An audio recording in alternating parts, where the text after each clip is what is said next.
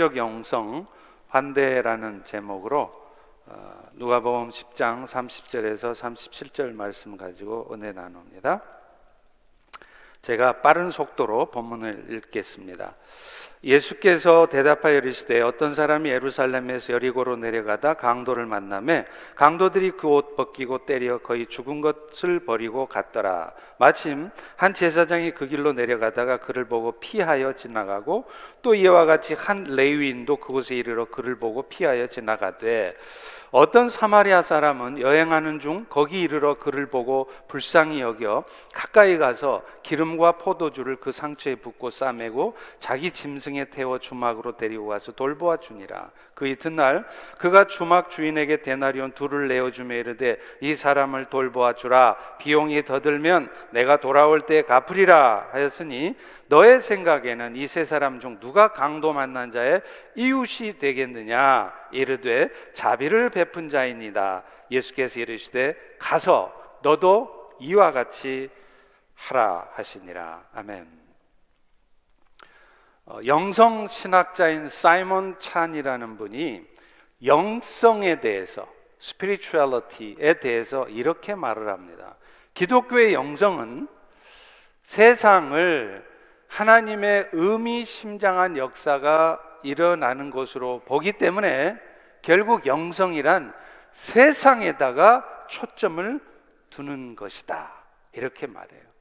그러면서 그는 기독교의 성자, 예수님이겠죠?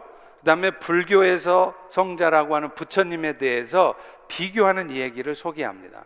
근데요, 불교의 성자는요, 사진에서 보다시피 잘 다듬어진 용모에 눈을 감고 있어요. 근데 기독교의 성자는 사진이 잘 안 보이시는데 몸은 야유였지만 그의 눈은 세상을 향해 있다는 것입니다. 영성은 궁극적으로요, 타자, 남을 위한 것입니다. 타자로서의 하나님, 타자로서의 형제, 자매, 특히 고통받고 소외되고 도움을 필요로 하는 약자들을 위한 것이어야 한다는 것입니다. 결국 영성이란 뭐냐? 예수님께서 강조하고 계시는 하나님 사랑과 이웃 사랑의 계명을 지향하는, 실천하는 삶과 관계가 있다는 것이죠. 이것에 대해서 로버트 멀홀랜드라는 학자는 한마디로 영성을 이렇게 말해요. 영성이란 다른 사람을 위하여 그리스도를 닮아가는 과정이다. 이 말은 영성이라는 것이 그저 내가 막 성숙해지기 위해서 자신의 영적 성숙을 목표로 해서 애쓰는 것이 아니라 궁극적으로는 고통받고 소외되고 연약한 자들을 살피는 사랑을 하기 위한 것이 결국 영성이라는 거예요. 그거 하려고 우리가 성숙해져야 된다는 겁니다. 오늘날 십자가의 은혜로 그리스도인이 된 우리들 역시도 세상을 하나님과 화목하게 해야 되는 선교적 사명이 있는데 그 사명을 실천하기 위해서 가장 필요한 게 뭐냐? 우리 주변에 고통받고 도움이 필요하고 소외되어 있는 사람들을 환대하는, 웰컴하고 섬기는 영성, 이게 필요하다는 거예요. 선한 사마리아인의 비유는 우리에게 이런 환대의 영성이 어떤 것인지를 잘 설명해 주고 있습니다. 어떤 율법 교사가요, 예수님에게 질문을 해요. 내가 뭘 해야 영생을 얻을 수 있겠습니까? 근데 여러분 아세요? 사실 이 질문은요, 질문 자체가 잘못된 질문이에요. 오늘 우리가 다루려고 하는 주제가 아니기 때문에 이 부분을 이 자리에서 깊이 다룰 수는 없습니다. 그렇지만 한마디로 말하면 영생이라는 것은요, 우리가 열심히 노력하고 수고해서 얻어지는 것이 아니라 하나님께서 우리에게 예수님의 십자가의 은혜를 베풀어 주셔서 그 예수님의 십자가의 은혜가 믿어지게 함으로 해서 얻게 되는 것이라는 겁니다. 어찌됐든 예수님은 이 잘못된 질문을 던진 율법 교사한테 오히려 역으로 질문을 던져요. 26절입니다. 그러면 율법에는 뭐라고 기록되어 있더냐? 그러자 27절에 보면 그 율법 교사가 이렇게 대답을 해요. 알기는 잘 알아요. 너의 마음을 다해서, 목숨을 다해서, 힘을 다해서, 뜻을 다해서 너의 하나님을 사랑하고 또한 너의 이웃을 네 자신 사랑하는 것 같이 사랑하라 했습니다. 여러분, 사실 이 대답의 말씀은요, 신명기 6장 5절 말씀하고 레위기 19장 18절 말씀을 합해 놓은 거예요. 신명기 6장 5절 말씀은 10계명 중에 앞부분, 그러니까 하나님을 향한 계명을 요약해 놓은 거고요. 레위기 19장 18절은 10계명의 후반부, 그러니까 사람을 향한 계명을 요약한 것이죠.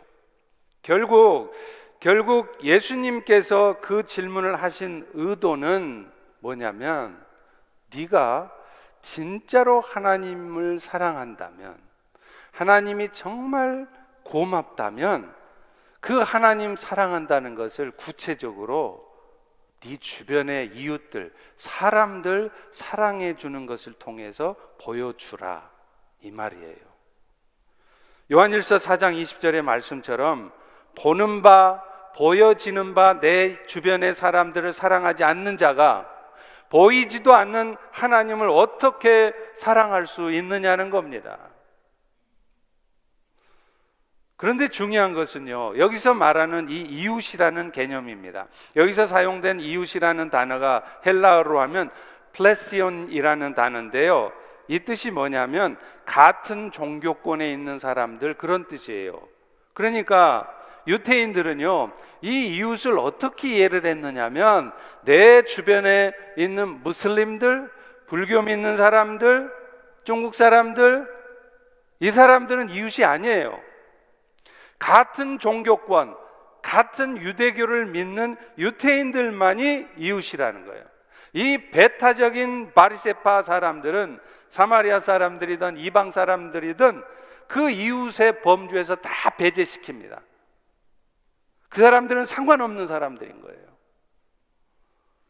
그런 의미에서 예수님께서 말씀하시는 이 비유의 말씀은 이웃에 대한 이 유태인의 잘못된 관점을 고쳐주는 거였습니다. 실제로 그러면 내 이웃이 누굽니까? 라고 묻는 율법사의 질문에 예수님은 이 선한 사마리아인 비유를 말씀을 하세요. 이유가 뭐냐? 이웃의 개념에서 사마리아인은 이방인들을 제외시켰던 유태인들에게 진짜 이웃의 개념이 뭔 줄 아니? 그리고 그 이웃을 하나님 사랑하는 마음으로 섬겨주는 것, 그것이 진짜 네가 여호와 하나님 사랑한다는 것이다 라는 것을 말하려는 것입니다. 이야기 내용은 간단하게 얘기하면 어떤 사람이 예루살렘에서 여리고를 향해 가다가 강도를 만나는 얘기예요. 예루살렘에서 여리고까지는요 가까워요. 한 20마일쯤 되는 거리인데요, 문제는 길이 아주 가파릅니다. 그래서 길 옆에는요 바위들이 많아서 강도들이 그 길에 많이 나타나요. 그런데 이 사람은 강도를 만났어요. 예루살렘에서 여리고 내려갔다가요. 그래서 옷도 빼앗겨 죽을 정도로 맞아가지고 있는데 그냥 버려졌습니다. 근데 이 강도 만난 사람을 제사장이 지나가다가, 레위인이 지나가다가 발견을 했습니다. 근데 문제는 그냥 지나치는 거예요. 아마도 그들은 성전에서 해야 될 제사장의 임무를 수행하기 위해서 여리고에 있는 자기 집에서 예루살렘으로 올라가는 길이었을 것입니다. 당시에는요 이 제사장들이나 레위인들이 예루살렘에 다 함께 살 수 없어서 여리고에 살면서 자기 당번인 주에 올라갑니다. 그래서 일주일 동안 제사장의 직무를 하고 내려오거든요. 그렇기 때문에 지금 이 제사장과 레인들이 그 강도 만난 사람들을 보고서도 피해 간 것은 아마도 그가 지금 죽었을지도 모른다는 거예요. 근데 율법에 의하면 죽은 시체를 만지잖아요. 그러면 부정해져요. 부정해지면 자기가 수행해야 될 지금 제사장과 레위의 직무를 행할 수가 없게 된 겁니다. 그래서 모른 척, 애써 모른 척 피해 간 거예요. 나름 이해가 되죠. 그런데 이것에 비해서 당시에는 사람 취급도 받지 못했던 사마리아인은 어떻게 합니까? 그 강도 만난 자를 도와줘요. 기름과 포도주를 붓고 상처를 싸맨 후에 그를 주막으로 데리고 와서 살펴줍니다. 그리고 자기 하던 일이 있으니까 이튿날 길을 떠나야 되는데 그 주막 주인한테 부탁을 해요. 데나리온 2를 주면서 잘 살펴달라는 거예요. 근데 여러분, 이 한 데나리온이요, 노동자의 하루 품삯이에요. 그러니까 2 데나리온 적지 않은 돈입니다. 그 돈 들여서 나하고 아무 상관없는 사람, 생면부지의 사람이 강도 만나서 쓰러져 있으니까 그 사람 살피라고 돈 주고 간 거예요. 예수님은 이 이야기를 하신 후에 그 율법 교사한테 다시 질문을 하십니다. 36절입니다. 너의 생각에는 요 세 사람, 제사장, 레위인, 사마리아인, 이 중에 강도 만난 자의 이웃이 누구냐? 그러자 37절의 율법 교사가 이렇게 대답해요. 참 야비한 사람이에요. 뭐라고 대답하는 줄 아세요? 이르되 사마리아인입니다 라고 대답을 안 합니다. 자비를 베푼 자입니다. 그러니까 예수님 말 듣고서도 여전히 그는 사마리아인을 이웃 취급 안 하는 거예요. 예수님께서는 이 비유를 통해서 종교적인 제한을 두고 있는 유대인들의 이웃 개념을 무너뜨리고 그들이 원수같이 여기는 사마리아인도, 내 생각에는 참 못돼 먹고 참 문제 많아 보이는 그 사람도 네 이웃이 될 수 있다는 것을 깨달으라는 거예요.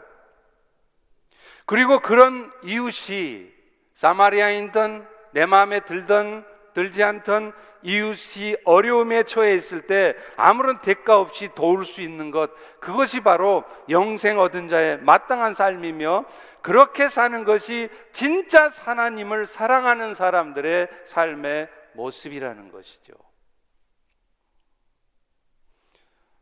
예수님은 이 이야기를 통해서 우리에게 환대 영성과 관련해서 몇 가지를 가르쳐 주고 있습니다. 먼저는요, 율법적으로 부정한 자가 되지 않으려고 하는 것보다 더 중요한 게 뭐냐? 영적으로 육적으로 도움이 필요한 자들에게 당장 자비를 베푸는 것이라는 거예요. 제사장과 레위인은요, 강도 만나서 당장의 도움이 필요한 자를 외면합니다. 틀림없이요, 제가 보건대는 틀림없이 그 사람들 마음속에도 그 강도 만난 자들을 불쌍히 여기고 돕고 싶은 마음이 있었을까요? 없었을까요? 있었어요. 있었지만 돕지 않았습니다. 왜요? 그들의 마음을 사로잡은 것은 율법이었습니다. 부정한 자가 되지 않는 것, 법이, 원칙이 더 중요했단 말이에요.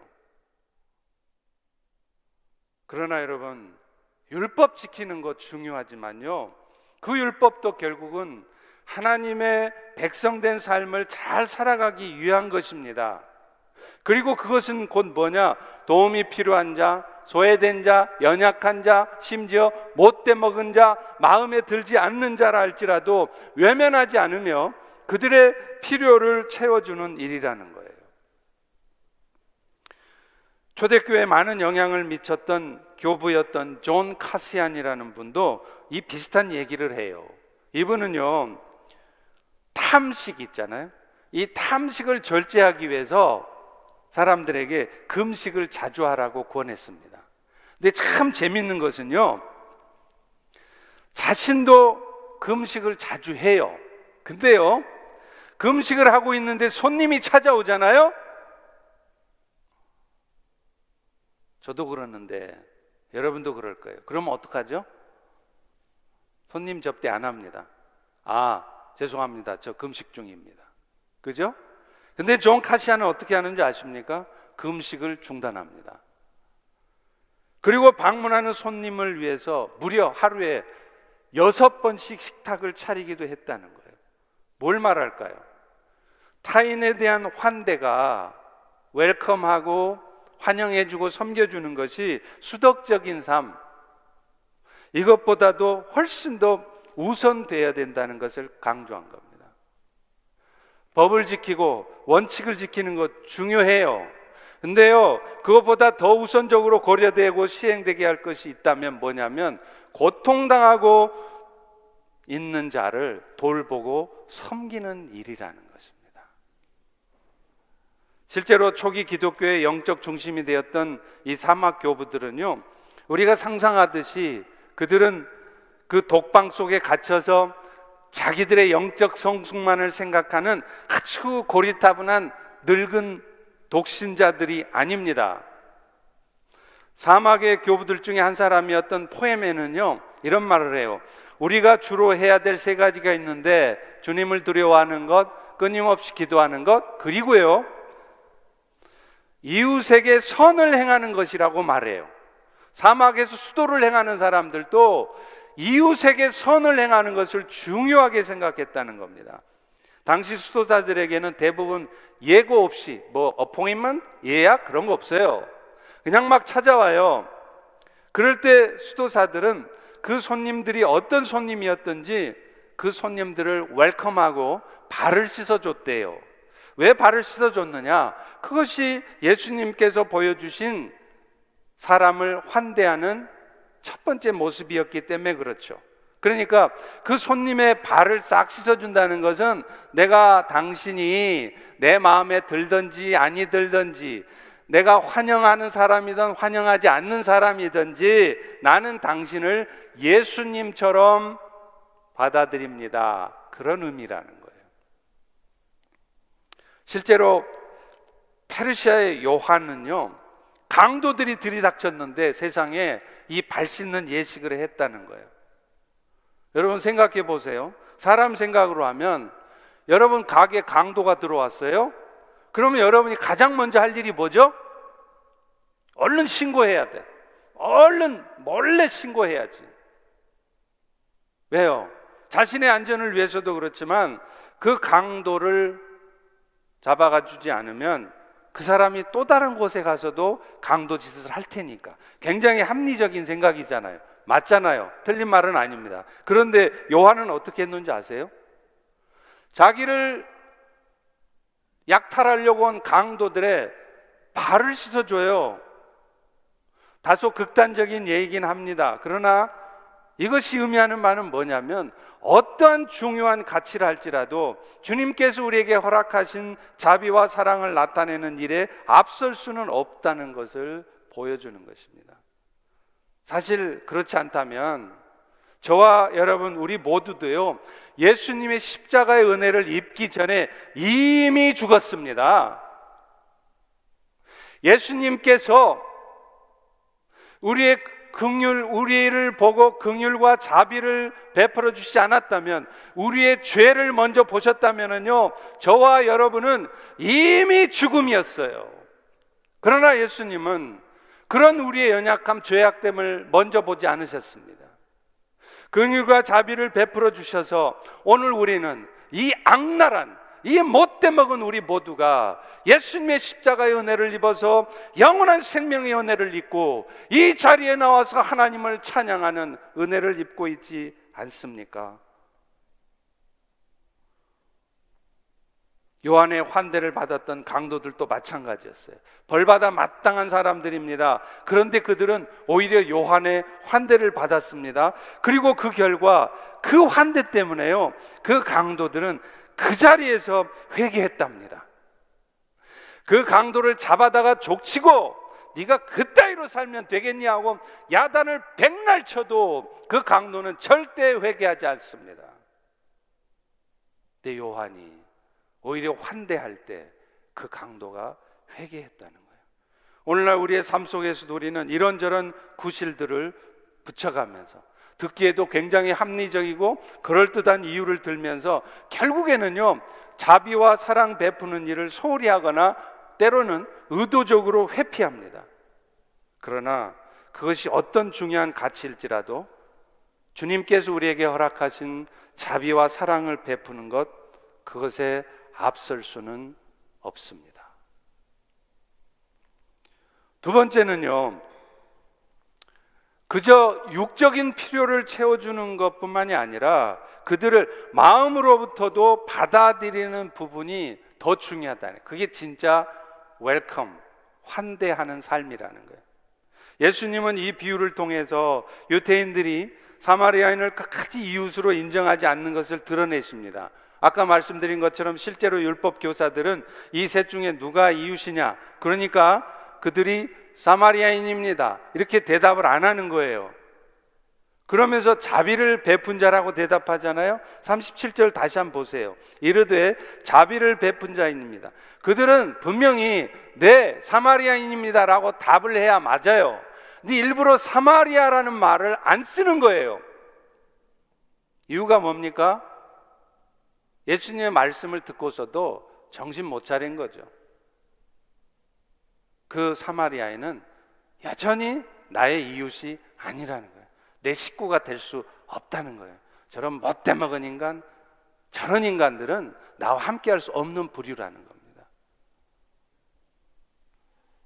사실 환대의 영성은 도움이 필요한 자에게 무언가를 주는 것에 앞서서 내 안에 나와 다른 그 사람을, 그 타인을 받아들이고 내 안에 그 사람이 거할 수 있는 자리를 내어주는 것이, 이게 진짜 영적인 사람의 모습이에요.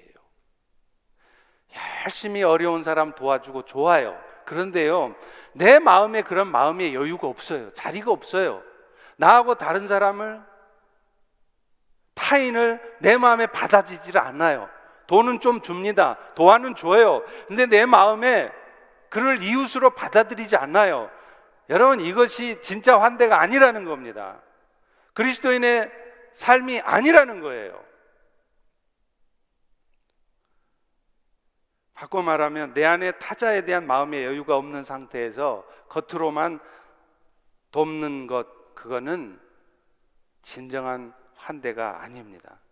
실제로 우리가 이런 환대의 영성을 갖지 못하는 진짜 이유는요, 우리의 현재 여건이나 자원이 부족해서가 아니에요. 마음의 여백이 없어서 그래요. 마음의 여유가 없습니다. 아무리 여건이 안 되고 가지고 있는 자원이 부족해도요, 어려움 당한 사람들의 아픔을 먼저 기억한다면, 그리고 그들을 물질적으로 뭔가 돕는 것에 앞서서 그들이 나와 함께 해야 될 이웃이고, 그들은 나의 식구다, 나의 가족이다, 나의 피부치와 같은 소중한 존재다라고 인정한다면 결코 법을 탓할 수 없는 것입니다. 율법을 탓할 수 없어요. 생각해 보십시오. 만약에 여러분의 사랑하는 딸이, 아들이, 꼬맹이가 지금 이 강도 만난 자와 같은 상황에 처해 있어요. 그런데도 여러분은 법을 내세워서, 원칙을 내세워서 그 아이를 모른 척 내버려 두실 겁니까? 사랑하는 아내가, 남편이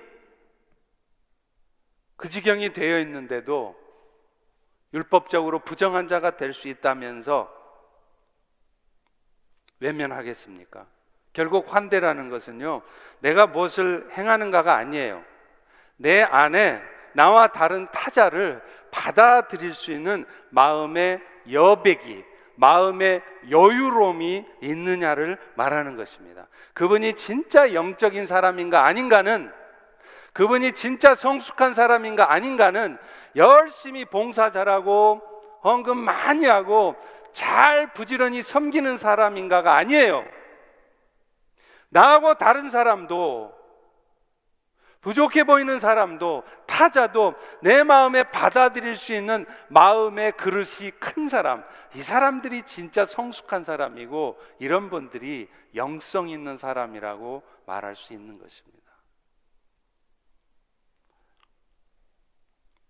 그들의 있는 그들의 모습을 받아들이고, 그래서 내 안에 들어와 거할 수 있도록 마음에 자리를 내어주는 것이 진짜 환대라는 거예요. 앞서 말한 교부 포에메는요, 자기 조카가 옥에 갇혔대요, 감옥에. 근데 총독이 그 조카를 풀어줬어요. 근데 그 총독이 자기를 방문한 겁니다. 여러분 같으면 어떻게 하겠어요?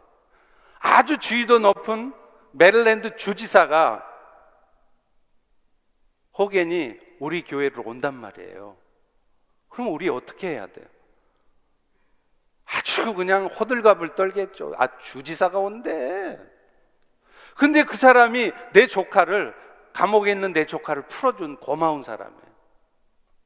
근데요, 포에메는요, 그 주지사가 와도 호들갑을 안 떨었대요. 똑같이 그지가 우리 교회 방문한 것과 똑같이 대우합니다. 대신에 이방인 사제들이 방문을 하는데 환영을 한다는 거예요. 이게 뭐냐면, 쉽게 말하면 목사인 제가 잘 모르는 스님이나 또 무당이 우리 집 앞을 지나가다가 똑똑똑 문을 두드리면서 저 목사님 실례지만 하룻밤 신세 좀 지고 가도 될까요? 그러니까 목사인 제가 그 무당을, 스님을, 생면부지의 스님을 잘 모셔들어서 정성스럽게 대우해 준 거하고 같아요. 그러자 그에게 하룻밤을 청했던 이방인 사제는 오히려 그 포에맨이 보여준 최상의 환대를 보고 놀라 자빠졌다는 거예요. 그리고 기록에 의하면 그 이방인 사제가 그 즉시로 포에맨 앞에 무릎 꿇고 회개했다는 것입니다. 그의 제자가 되기로 했다는 거예요. 심지어 마카리우스 같은 수도사는요, 도적들이 와서 물건을 훔쳐가요. 그래서 훔친 물건을 낙타에 싣고 있는데 이 마카리우스 수도사는 그 훔친 물건 낙타에 싣고 있는 그거를 도와줘요. 그 미친 사람 아니에요? 자기 물건 훔쳐가는데 그 물건 실는데 도와준단 말이에요. 또 어떤 교부는요, 자신의 물건을 막 바쁘게 약탈하고 있는 도적한테 가서, 도적님, 다른 형제들이 지금 오고 있으니까 빨리 서두르시오. 이게 제정신이에요 지금? 여러분 같으면 그렇게 하겠어요? 근데 영성 있는 사막의 수도사들은 그렇게 했단 말이에요. 그러니까 그 평생 돌이키지 못할 것 같은 그 악랄한 도적들이 회개를 하는 겁니다. 구원을 받는 겁니다. 물론 극단적인 예이긴 하지만 그들은 얼마나 철저하게 사람들을 마음으로부터 받아들이려고 애썼는지를 보여주는 거예요. 자신에게 불편한 사람일 수 있습니다. 심지어 그가 도적일 수도 있지만 그들은 마음으로부터 받아들이려고 애썼다는 거예요. 에베소서 2장 13절에 이렇게 말합니다. 전에 멀리 있던 너희가 예수 안에서 그리스도의 피로 가까워졌느니라. 누구든지, 여러분 보시기에 진짜 못돼 먹었고 진짜 내 이웃 아니다, 그런 사람도 그리스도의 피가 제대로 묻혀지면 한 형제가 될 수 있다는 것을 기억하라는 것입니다. 제가 가끔 유튜브 동영상을 보면서 김창옥 씨라고 아세요? 그 강의를 듣습니다. 그 소통에 대한 강의를 많이 하시더라고요. 근데 그분이 재밌는 얘기를 해요. 이 소통을 하는 데 있어서 필요한 게 뭐냐면 상대편이 내 편이라는 거, 그러니까 내가 상대편의 같은 편이라는 그런 느낌을 줘야 된다는 거예요. 그러니까 쉽게 말하면 그 사람이 내 이웃이라는, 나와 한편이라는 그런 마음을 서로 갖게 해야 된다는 거예요. 그러면서 한 가정의 예를 들어요. 여러분, 여자분들이 좋아하는 게 뭐죠? 그 이바구 떠는 거 있잖아요. 막 이바구를 떨면서 막 흠담을 해요. 그러면 남편들이 보고 있다가 뭐라 그럽니까? 내가 보기는 네가 더 문제야. 그러면서 컨설팅을 하려고 그러잖아요. 지가 무슨 상담가라고. 근데 이 김창옥 이분이 뭐라 그러느냐, 그럴 때는 좀 입하고 떨면서 남 흠납하면 모른 척하고 같이 맞장구 좀 쳐주라는 거예요. 그놈 진짜 나쁜 놈이네.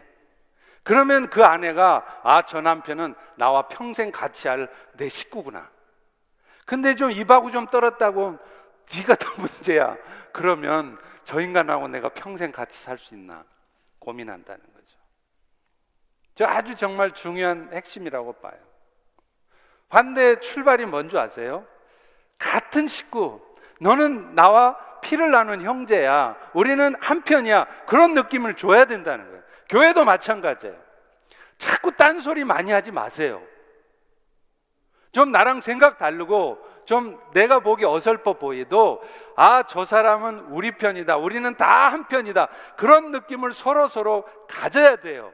그런 웰커밍이 있어야 누구든 우리 공동체에 들어올 때 편안한 마음으로 천국 공동체에 그런 느낌을 갖는 것입니다. 이게 환대라는 거예요. 세 번째는요, 타자를 받아들일 때 우리는 그들이 어떤 모습이든 그리스도를 대하듯 해야 된다는 거예요. 예수님도 사실 이 말씀을 하셨어요. 마태복음 25장에 보면 양과 염소의 비유가 있잖아요. 근데 예수님이 오른쪽에 있는 양들에게 그렇게 얘기를 합니다. 내가 줄일 때 너희가 먹을 것 주었고 목마를 때 마시게 했고 나그네 됐을 때 영접하였다. 그러자 예수님 오른편에 있던 자들이 우리가 언제 그렇게 했냐는 거예요. 그때 예수님이 25장 40절에 이런 대답을 하십니다. 내가 진실로 너한테 이르는데 너희가 여기 내 형제 중에 지극히 작은 자 하나에게 한 것이 곧 나에게 한 것이라. 근데 우리는요, 남을 돕고 섬길 때에도 차별을 해요. 정말 이기적으로 섬깁니다.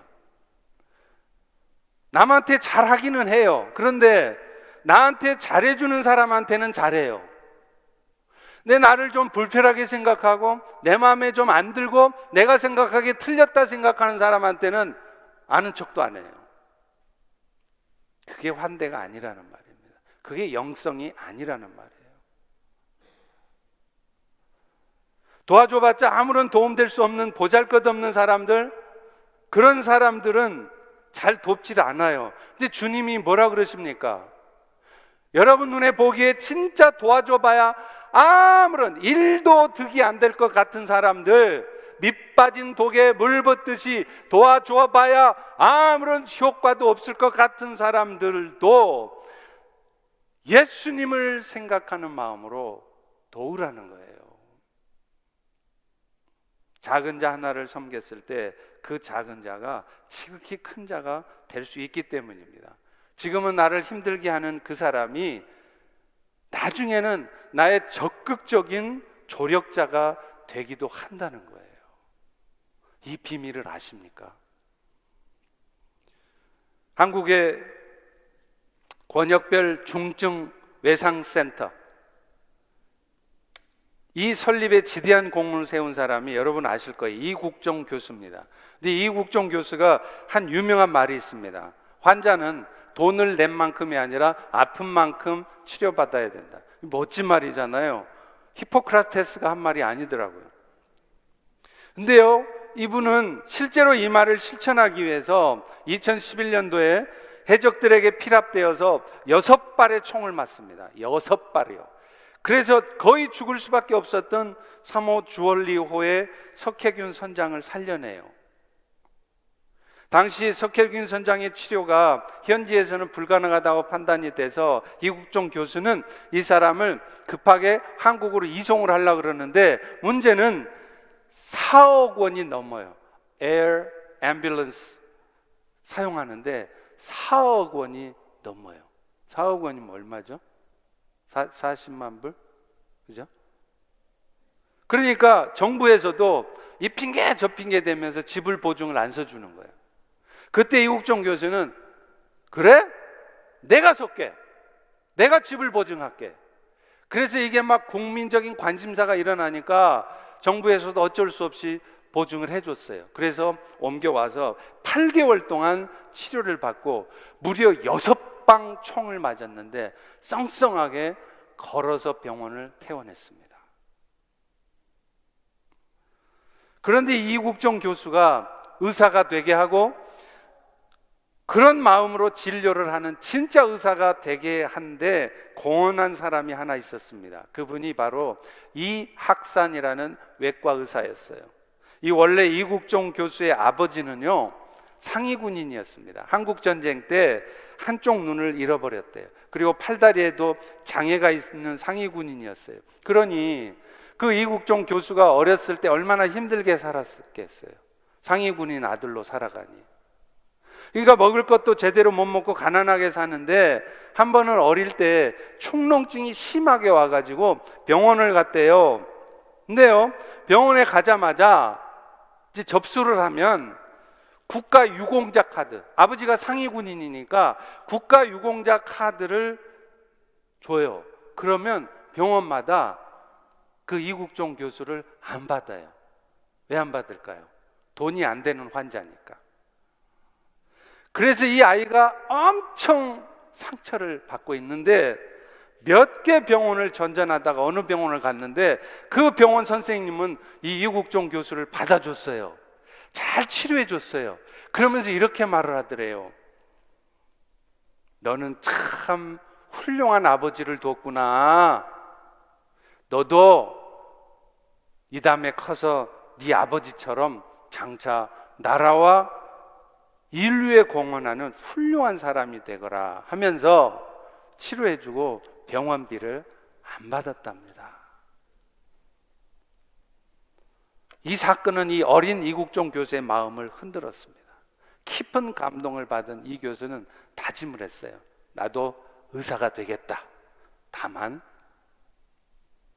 아픈 만큼 치료받도록 하는 의사가 되겠다. 다짐한 겁니다. 뭘 말합니까? 여러분 보시기에는 여러분 주변에 도와줘도 아무 도움도 안 되고 밑 빠진 독에 물 부을 것 같은 그런 사람, 보잘것없어 보이는 사람도 끝까지 살피고 도와줄 때 그 결과가 어떨 수 있는지를 우리에게 말하는 것입니다. 여러분 주변 사람을 소홀하게 생각하지 마십시오. 우리 교회에 찾아오는 너무나 보잘것없는 사람 무시하면 안 됩니다. 예수님처럼 대해야 합니다. 그렇다면 이런 환대의 삶을 살기 위해서 우리에게 필요한 것은 뭘까요?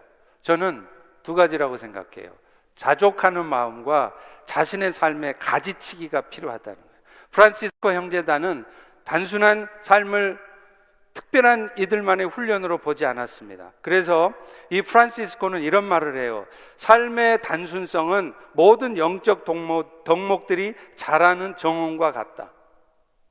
사실 우리는 더 많이 소유하게 되면 그것을 보호하기 위해서 애를 쓰게 되고요. 결국 그것들은 하나님을 더 많이 사랑하는데 도움이 되는 게 아니라 방해가 돼요. 그래서 프란시스코는 이런 기도를 했대네요. 여러분 기도 한번 비교해 보세요. 하나님, 내 마음의 눈을 밝혀서 참 신앙을 주시옵소서. 온전한 자비를 행할 수 있도록 하시되 더 많이 가지려고 애쓰지 않게 해 주세요. 이렇게 기도했답니다. 환대의 삶에 가장 필요한 것은 자족하는 마음이에요. 내 삶이 세상을 향한 욕심으로 가득 차 있으면요, 여러분은 절대 환대의 삶을 살 수 없습니다. 오히려 한순간도 손해 안 보려고 악착같이 야박하게 굴 거고요, 내 것을 챙기기에 급급하게 될 것입니다. 자족하는 마음 가운데 삶을 단순화시키고 끊임없이 탐욕을 부정하며 살아가려는 것은 내가 다른 사람들의 고통에 참여하겠다는 결단이라고 할 수 있는 것입니다. 그런 의미에서도 하나님은요, 종종 우리의 삶에 가지치기를 직접 해주세요. 그래서 그걸 위해서 여러분의 삶을 갑자기 어려운 가운데로 몰아가십니다. 하나님은 때때로 여러분이 갑자기 병이 나게도 하시고요, 하나님은 때때로 여러분이 그렇게 잘 나가고 비즈니스도 잘 되고 직장에서 프로모션하고 그러던 여러분들의 인생에 하루아침에 절망적인 상황이 오게도 만드세요. 2년 넘게 지속되는 팬데믹 상황도 마찬가지입니다. 이유가 뭘까요? 내 계획대로만 인생 살아가려고 하는 우리들에게 결코 우리 인생이 내 욕심대로 내 뜻대로 되지 않는다는 것을 깨닫게 하시려는 거예요. 그래서 내 삶에 가지치기를 좀 하라는 겁니다. 불필요한 욕심들, 헛된 욕망들, 그것 좀 정리 좀 하고 살으라고 여러분 인생에도 그런 일들이 있게 하시는 것입니다. 여러분, 예수님께서 마구간에서 태어나신 것은 결코 우연이 아닙니다. 인류 구원을 위해서 예루살렘에 입성하실 때도 화려한 백마가 아니라 나귀 새끼를 타고 입성한 것도 마찬가지예요. 진실로 마음을 비우거나 낮추지 않으면 세상 사람을 섬길 수 없기 때문입니다. 그래서 빌립보서 4장 12, 13절도 이렇게 말하잖아요. 나는 비천에 처할 줄도 알고 풍부에 처할 줄도 알아. 모든 일 곧 배고픔과 배부름, 풍부와 궁핍에도 처할 줄 알아. 일체의 비결을 배웠다. 내가 어떠한 형편에든 자족하기를 배웠노라. 여러분, 꼭 가난해져야 되는 건 아니에요. 그런데요, 아세요? 꼭 부유해져야 되는 것도 아니에요. 하나님께서 주신 대로 감사함으로 받으면 되는 거더라고요. 정말 필요한 게 뭐냐면 자족하는 삶이에요. 많이 주시던 적게 주시던 만족할 줄 아는 삶이에요. 그럴 때 우리가 환대하는 삶을 살 수 있기 때문입니다. 사실 우리가 내 삶대로 좀 풍성해지기를 원하는 마음이 있죠. 이유가 뭐예요? 내가 가진 것도 좀 있어야 주님이 기뻐하시는 일도 많이 하겠다는 거죠. 그렇습니까? 그렇지 않습니다. 없어도요, 가진 거 부족해도요, 얼마든지 할 수 있습니다. 그래서 빌립보서 4장 13절에 분명히 말하잖아요. 내게 능력 주시는 자 안에서 내가 모든 것을 할 수 있다는 것입니다. 그러니 너무 돈 많이 벌려고 너무 애쓰지 마시라는 거예요. 자족하시라는 거예요. 반대로 내 삶이 풍성해지기를 원하시잖아요. 그 이유가 뭡니까? 내가 뭔가 가진 게 있어야 행복할 거라 생각한다는 거예요. 잘못된 생각입니다. 왜 그런 줄 아세요? 그런 생각을 하는 사람들은 내 삶이 풍성해져 보세요. 10중 8구 주님과 멀어집니다. 주님과 멀어지면요, 어느 순간 하나님께서는 반드시 내 삶에 개입하십니다.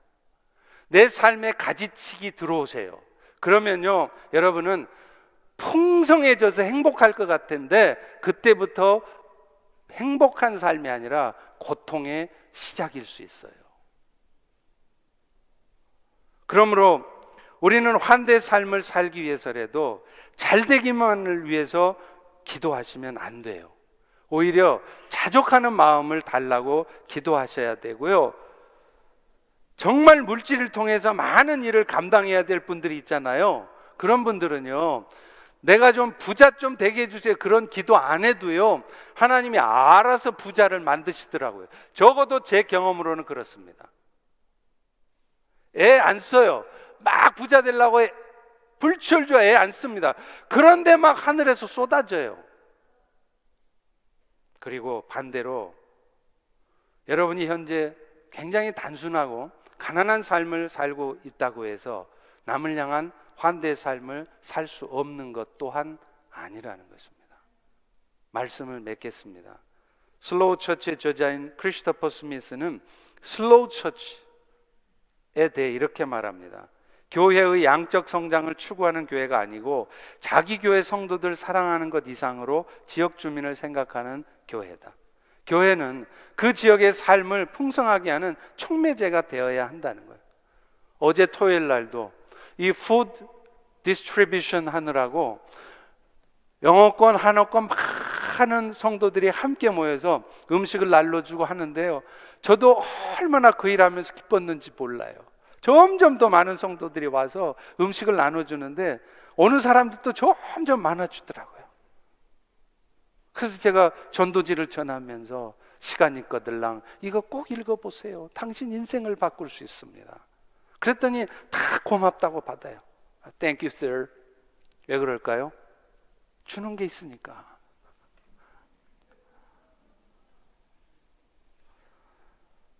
여러분, 오늘날 세계를 품은 교회들은 많은데요, 그 지역에 뿌리를 내리면서 성육신적인 삶을 사는 그런 보여주는 교회는 드물어요.